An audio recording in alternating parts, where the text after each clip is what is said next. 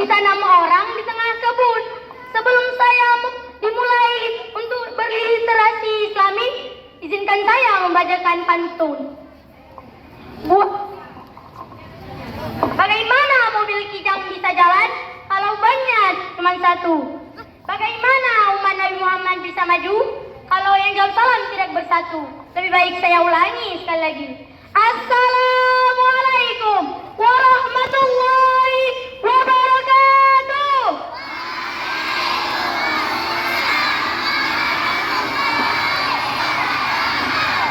Pertama-tama dan yang paling utama, marilah sama-sama kita panjatkan puji dan syukur kepada Allah Subhanahu wa taala yang telah menciptakan langit tanpa tiang, bumi yang luas membentang, malam dihiasi dengan bintang, dan siang munculnya meri yang bersinar terang benderang, yang seharusnya membuat kita bersyukur tak terbilang.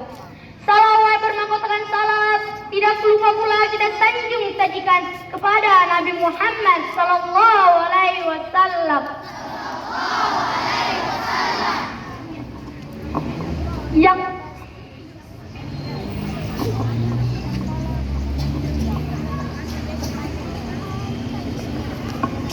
pejabat tidak berdasi, dosen tidak berperguruan tinggi, dan seorang pemuda gurun Sahara yang lahir di tengah-tengah peradaban jaya. Yang saya hormati Ibu Kepala Sekolah Min 2 Kota Banda Aceh, yang saya hormati Ustaz dan Ustazah, dan yang saya bangga-banggakan teman-teman seperjuangan saya. Adapun judul siaran pidato saya hari ini adalah temukan indahnya Islam dalam bertoleransi melalui literasi. Kita nyanyi bareng yuk. Semangat.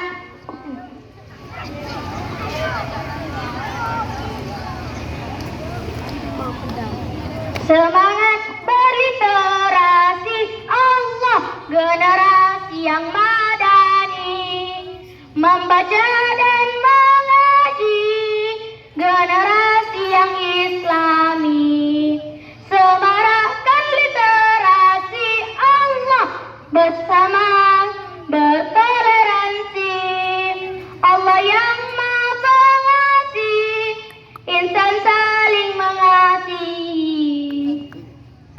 Surah Al-Alaq sejatinya menginstruksikan pentingnya pengembangan daya literasi sebagai basis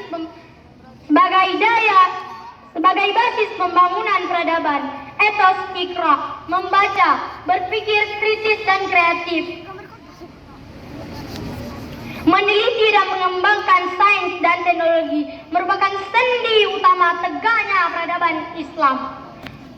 Menurut Nasir Hamid Abu Zaidi, jika Mesir mewariskan peradaban pasca kematian, piramid, artefak kuburan megah, peninggalan Fir'aun. Yunani mewariskan peradaban intelektual berupa filsafat. Islam juga tidak kalah, membangun peradaban ilmu dalam bentuk peradaban teks dan pemikiran. Sejalan dan beriringan dengan itu, Indonesia yang mayoritas akan muslimnya terdiri dari berbagai suku bangsa, adat istiadat dan agama, namun hidup dalam keramatamaan yang dibingkai dalam wadah Bhinneka Tunggal Ika, berbeda namun satu tujuan.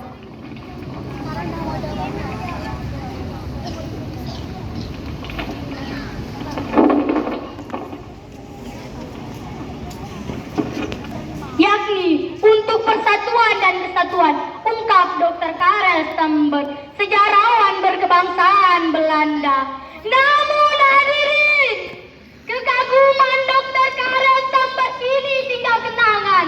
Indonesia kita sedang bersatu.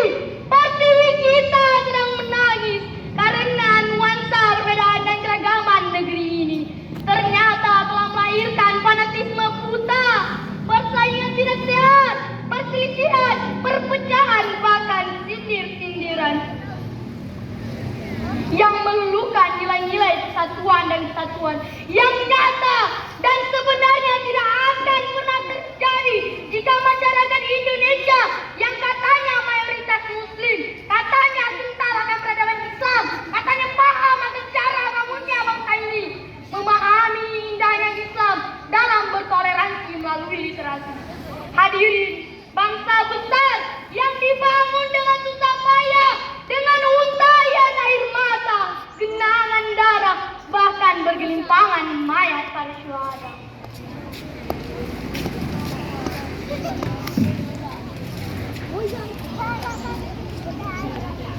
Dengan materi bacaan sejarah, tulisan-tulisan pendahulu kita yang sudah membangun bangsa ini, harusnya bangsa ini dengan adanya Islam harus lebih kuat dalam segala aspek, khususnya toleransi. Mengingat pentingnya hal ini, bukankah Allah Subhanahu wa taala telah berfirman dalam surah Al-Hujurat ayat 13 yang berbunyi, A'udzu billahi minasy syaithanir rajim. Bismillahirrahmanirrahim.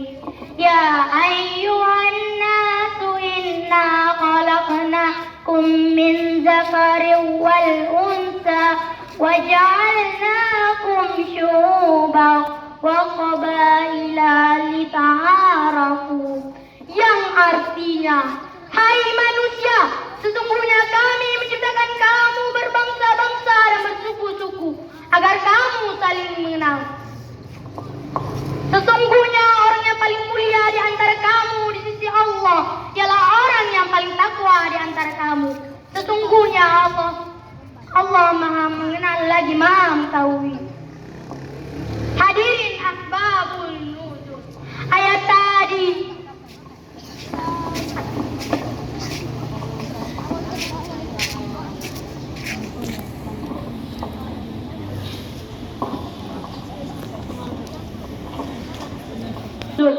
tadi berkenaan dengan keinginan Rasulullah, yaitu menikahkan Abi Hind dengan seorang wanita berkalangan Bani Baidah.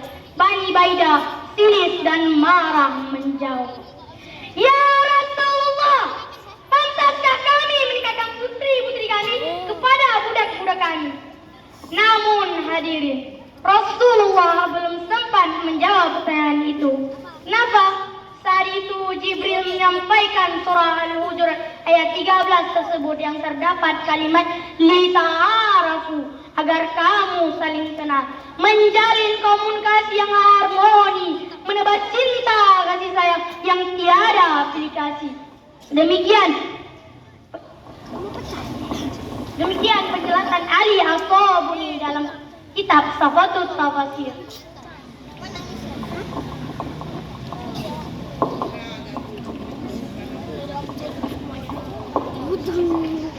Dengan demikian hadirin, untuk membina persatuan dan kesatuan di negeri tercinta ini, langkah awalnya adalah meningkatkan literasi, harus juga saling mengenal, saling menghargai dan saling bertoleransi. Di antara kita saling menutupi diri, melecehkan, menghina, bahkan membanggakan kelompok, suku, bangsa maupun daerah masing-masing. Sebab sifat-sifat seperti itu merupakan cikal bakal perpecahan, pertikaian, dan tidak mustahil menyebabkan terjadinya disintegrasi bangsa, hancurnya negeri yang kita cintai ini. Tanpa kita bisa mengambil hikmah pentingnya literasi yang sebenarnya. Penting bagi generasi muda Islam saat ini untuk bersikap toleransi dan saling mengasihi melalui semangat literasi. Mari teman-teman, kita mendukung semangat persatuan dan kesatuan kemerdekaan RI ke-78. Merdeka! Dengan membudidayakan literasi tentang betapa indahnya Islam mengajarkan toleransi dalam hidup berdampingan seperti yang dijelaskan dalam Quran surah Al-Hujurat ayat 13 tersebut. Demikian uraian yang dapat saya sampaikan sebagai kesimpulan bahwa perbedaan jangan sampai melahirkan perpecahan, tapi dengan perbedaan kita harus saling menghargai dan saling melengkapi. Berdiri kita teguh, bercerai kita runtuh. Kita temukan indahnya Islam melalui literasi. Demikian dapat saya sampaikan. Kurang lebihnya kepada Allah saya mohon ampun, dan pada hadirin saya mohon maaf. Wabillahi